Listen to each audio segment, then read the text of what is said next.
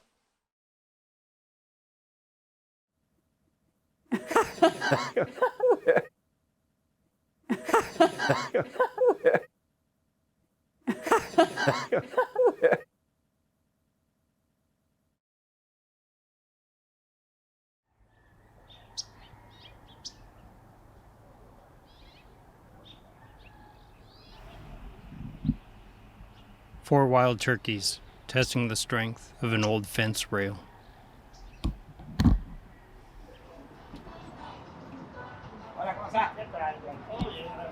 A giddy panhandler tosses a bill through the open window of a taco truck, then runs away.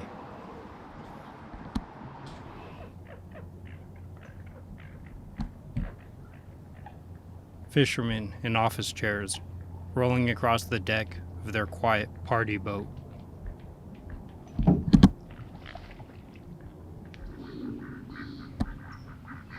Two ducks fighting a swan.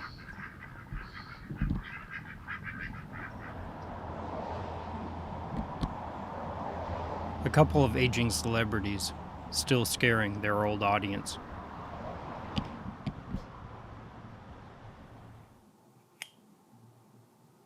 A SWAT team gathers because somebody stole a house.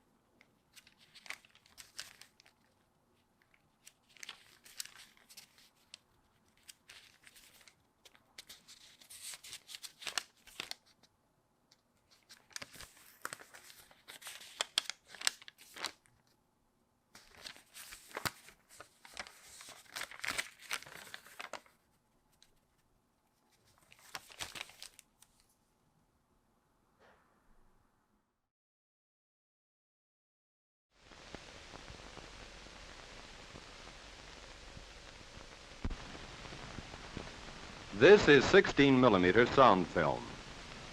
The film is a celluloid strip. Celluloid, unfortunately, is not the world's strongest material. Therefore, motion picture film must be handled with care. Here's a strong fiber box, but see what's inside. Any friction against the surface of moving film is likely to cause the film to jump out of alignment. Gently feel the film with a smooth, continuous motion, like this,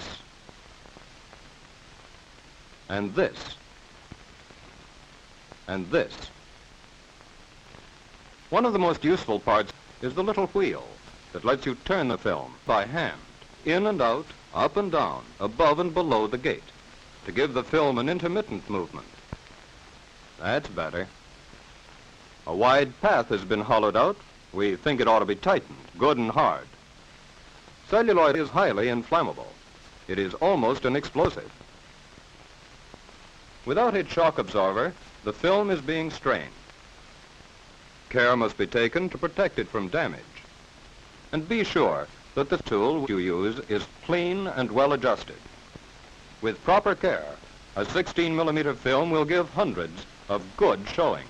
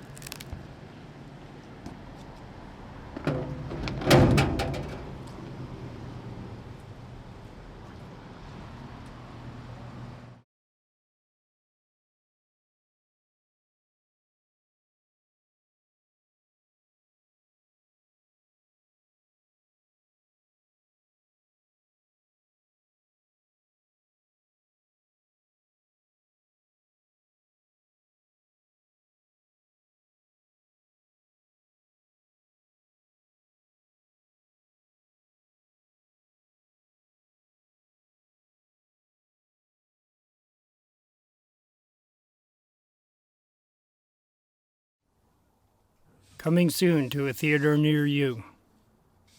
The Stone Age returns. Matadors fall in love. Cronkite breaks his word. Lunchboxes come to life. Batman beats a penguin. Aquaman beats Batman.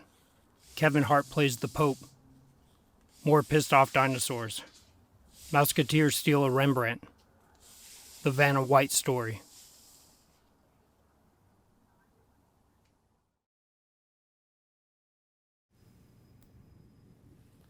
I haven't really been painting like this in this style for probably 4 years.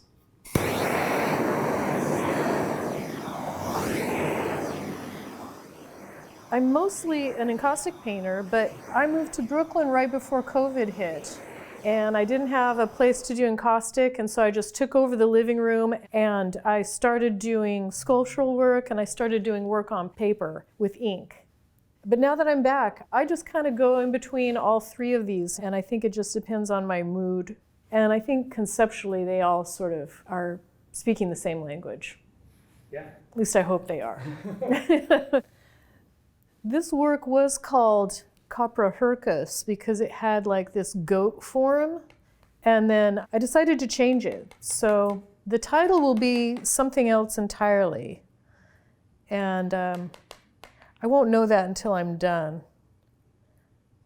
Somebody said, let's go to the Puyallup Fair. And I was like, it's not really my thing. And then I thought about that and I was like, why isn't it your thing? You're getting very boring. You do art and then you sleep and then you eat and then you do art. Like, go to the Puyallup Fair.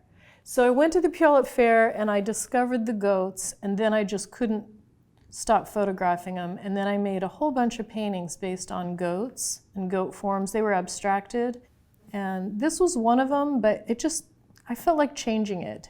And that's the other thing with encaustic. You can actually come in and reheat it and keep going or change it. Like I dug out the whole center of this piece yesterday to start over and do something completely different. And then I created a whole different set of problems to fix. I took a finished thing and made it into a conundrum so that I could fix the problem and maybe come up with a completely different painting, a completely new painting. And now I feel like I'm kind of doing new things. So the goat references are pretty much gone. At some point you can just get lost in it and just enjoy the process. And then you have to also toggle and be like, okay, let's stare at it for half an hour. Just look at it. What is it doing? And is it doing anything for you? And is it making sense to you? I have an entire show of COVID work very dark. And it just makes sense. It makes sense that that work came out at that moment. I think paintings are about getting started, getting lost, resolving, getting lost again, resolving, to the point where you're like, yeah, you know what? Now it feels right. This does not feel right. It is a long way from being done. It's definitely a work in progress. And sometimes it's just a matter of obscuring something or wiping it out or cutting it out or heating it up and scraping it out and starting over. And at that point, you may just be like, well, that's a complete scrap. I'm going to melt the whole thing down and start over. But the beauty is going through that whole process. And every once in a while, you get one that just works. It has the right feel to it. And at that point, it's just a matter of making it really work for yourself. Because at some point, I would rather melt a painting down than have it out there unresolved.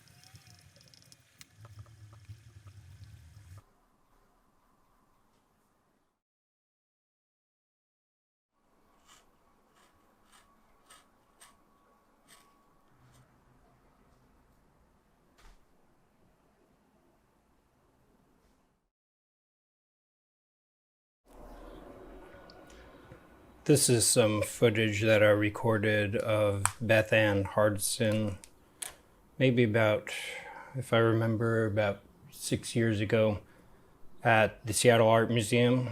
It was a lecture she did in dialogue with the curator there, and I remember it being a really well-attended event, and the part that I remember the most is one of the slides misidentified her. It wasn't her in the photograph.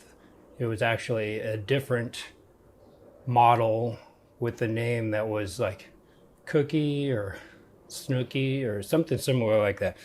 Anyway, she took it really well. The curator was apologizing for having the wrong information, and she told her not to worry about it because it happens all the time, and it was miscredited on the internet. And I remember she turned to the audience and she said, "You know what I love about the internet? I hate the internet." And she said it that fast before they had a chance to respond. And the audience laughed, and she went on, I think, to just talk about the problem with the internet is once it's on there, then you can't adjust it anymore. And it was really good event as far as I remember. And yeah, that's as far as I remember.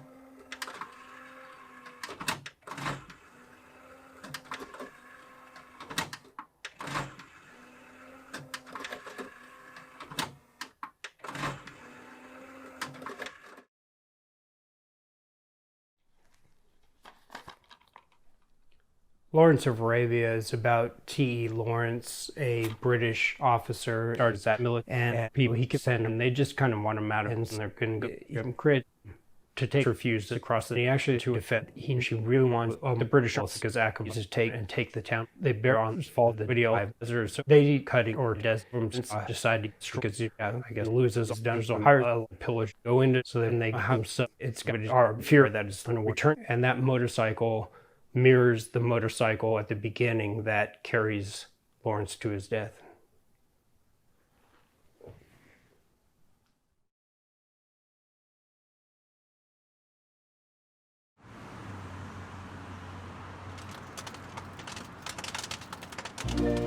If you are but a dream, I hope I never wake.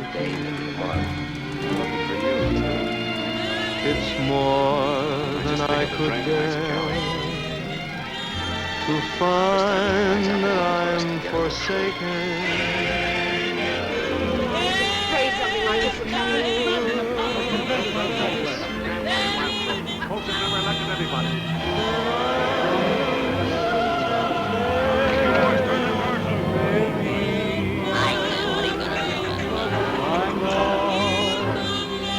Wait a minute, Sheriff.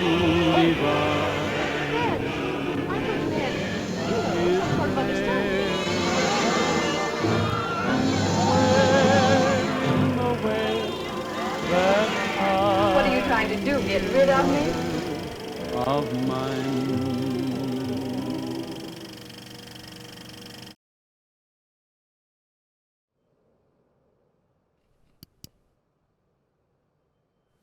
Hi, thanks for taking the time to watch this, but you really should be watching this on my YouTube channel because I have to pay for Vimeo, and after I die and my checking account closes, Vimeo is going to delete most of my work. So that may have already happened, and you may just be seeing a fraction of my films. So click on the YouTube link and see what you've been missing. Thanks.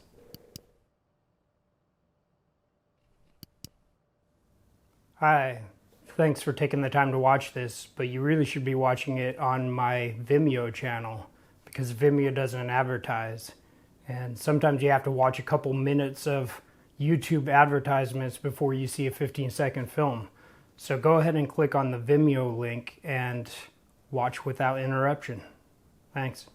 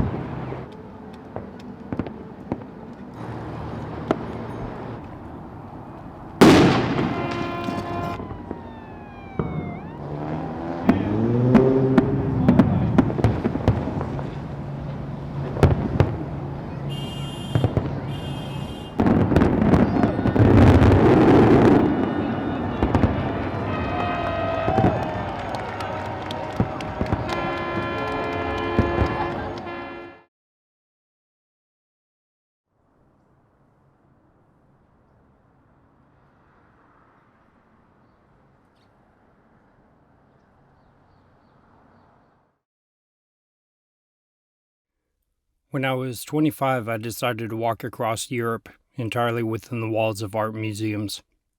I walked 2.8 kilometers in the National Museum of Contemporary Art in Athens, then took a bus 2.8 kilometers to the Museum of Cycladic Art. I had to walk 185 kilometers in there, so I considered hiding from the guards and walking all night. But I just went to the movies instead.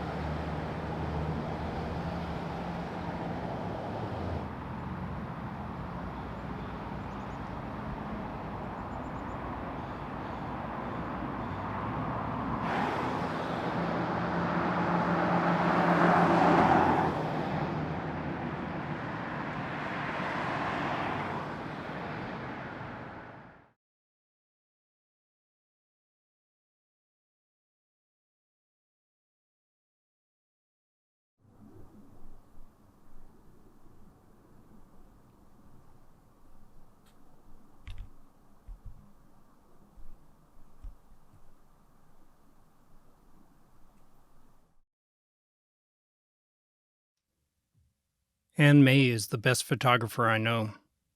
That's going to get me into trouble because I know a lot of photographers, and we all hang out together in the same places, at the same events, and we all take the same photographs. But if we threw them all in a pile at the end of the evening, we would always be able to identify Ann's work. They just feel different. I'm not sure why. It's not a matter of equipment or manipulation or even style. It's more of a sensibility, a balance of timing, geometry, and fluidity, like a smooth jump shot, improvised but with follow-through. Some of the subjects are familiar to me. Her dog, our friends, but somehow they seem even more familiar, like signatures of themselves. Others are strange places and strangers. There's plenty of highway photography mixed in with her street photography.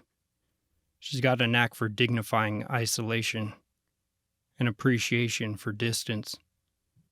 These are images of awareness and reflex, a collection of recognized opportunities.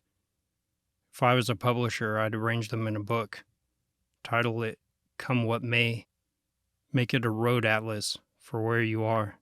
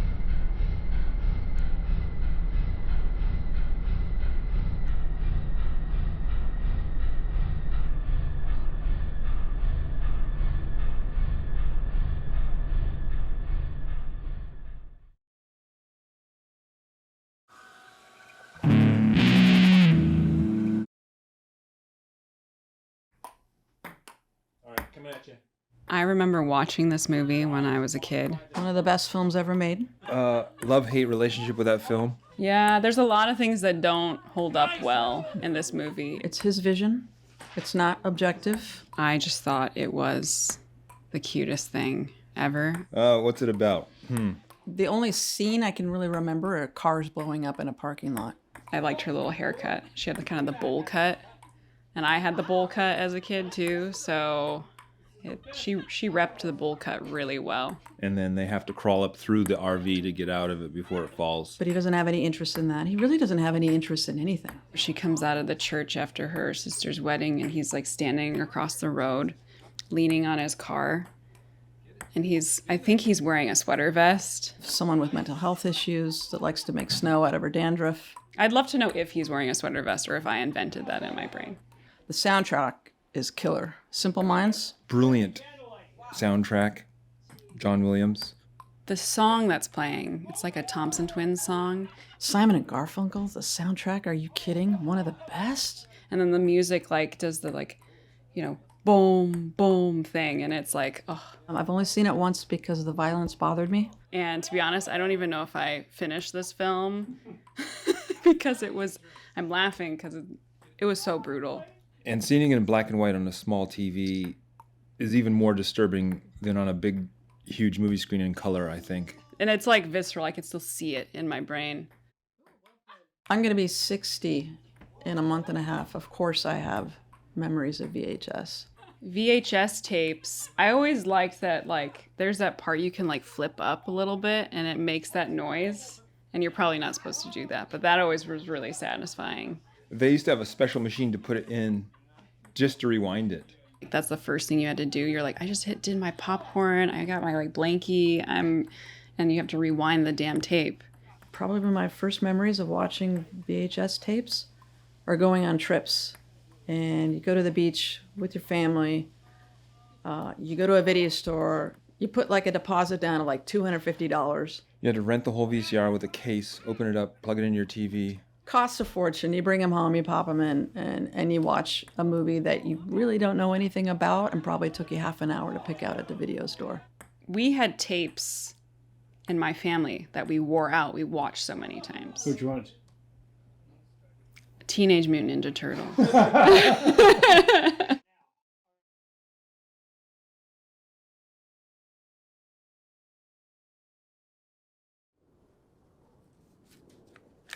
On August 18th, I bought 2 copies of Moby Dick. That was excessive. So 4 days later, I returned one of them.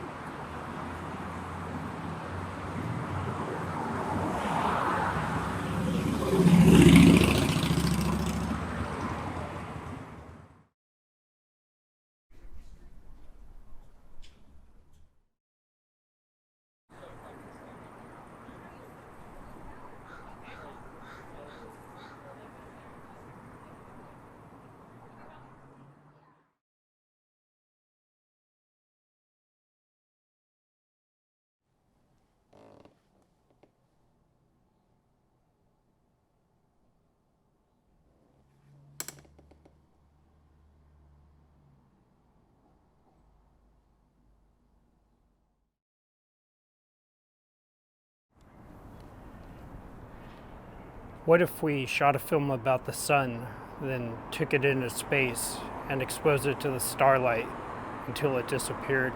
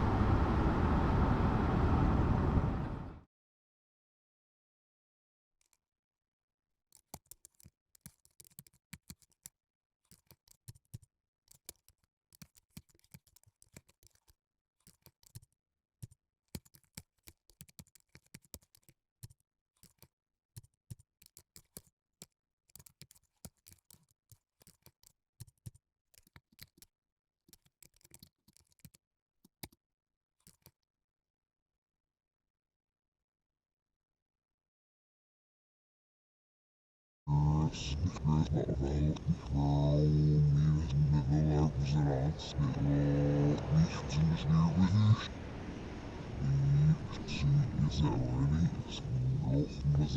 While there's some truth to that, what we've seen is such an outpouring of support at these moments that really shows that that's not true at all.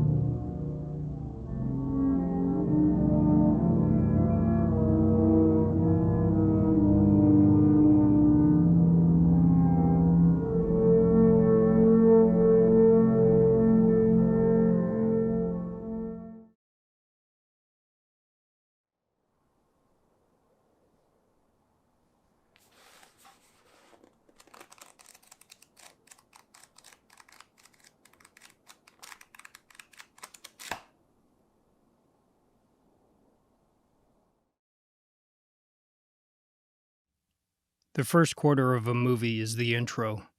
That's when you learn about the main characters, get a sense of what they're trying to do. It's the setup for things to come. If you walk out of the theater now, you could probably get your money back. The second and third quarters of the movie are all about conflict. If you try to get your money back now, you're in for a fight. You'll probably be issued a list of house rules or an overly long lecture about policies coming from headquarters, and the manager is unable to offer a refund even if they wanted to. All of your emphatic arguments will be dismissed, and you will be secretly mocked by the concession workers. The last quarter is the resolution. Nobody leaves the theater now. You're either too invested in the outcome or too busy crafting your rebuke. This is often the time when you lose all respect for your coworker and their recommendations.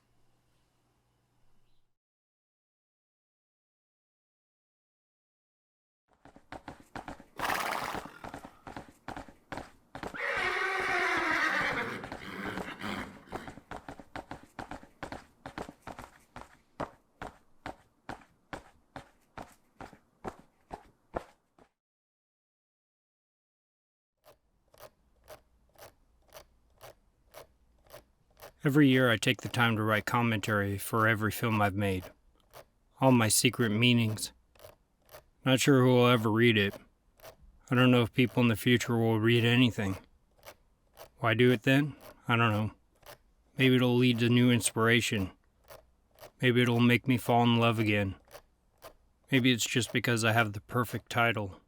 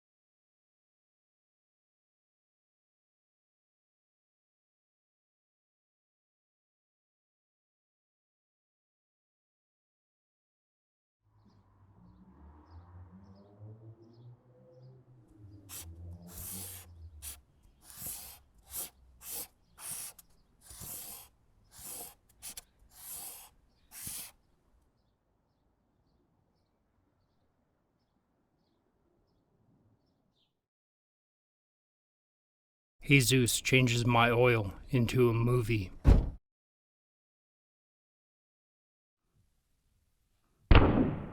Contemporary American poetry.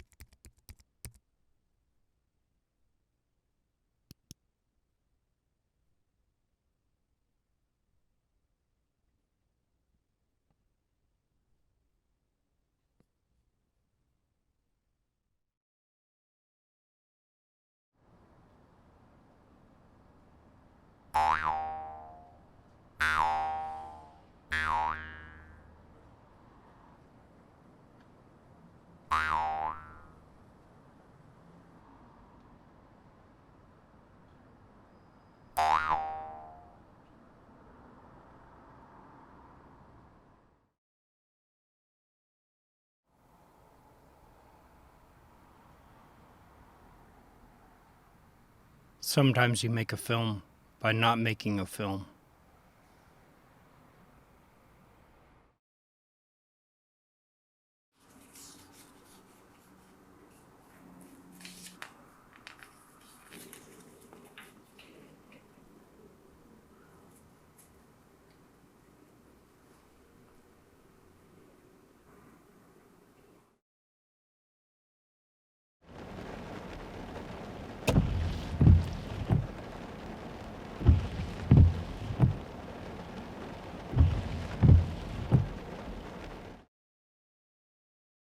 Every February 27th of my 40s.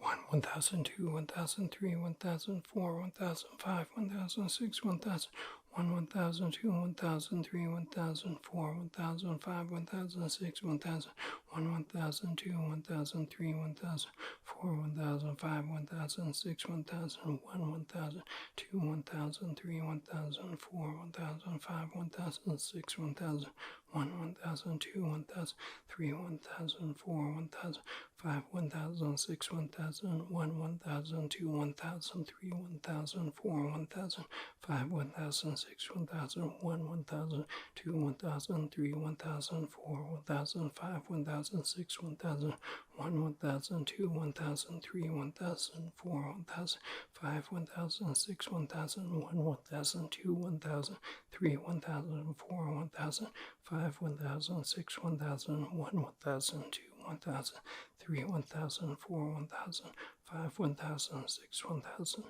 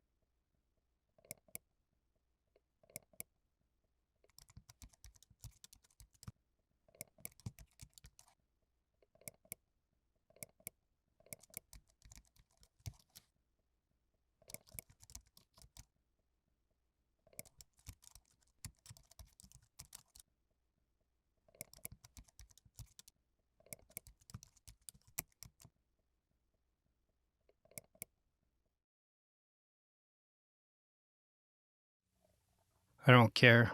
I don't care. I don't care. I don't care. I don't care. I don't care. I don't care. I don't care. I don't care. I don't care. I don't care. I don't care.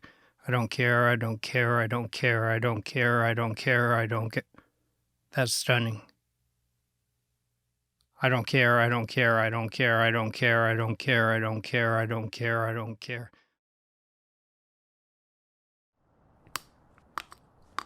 I produced over 100 independent films this year. That means I funded more films than Sundance.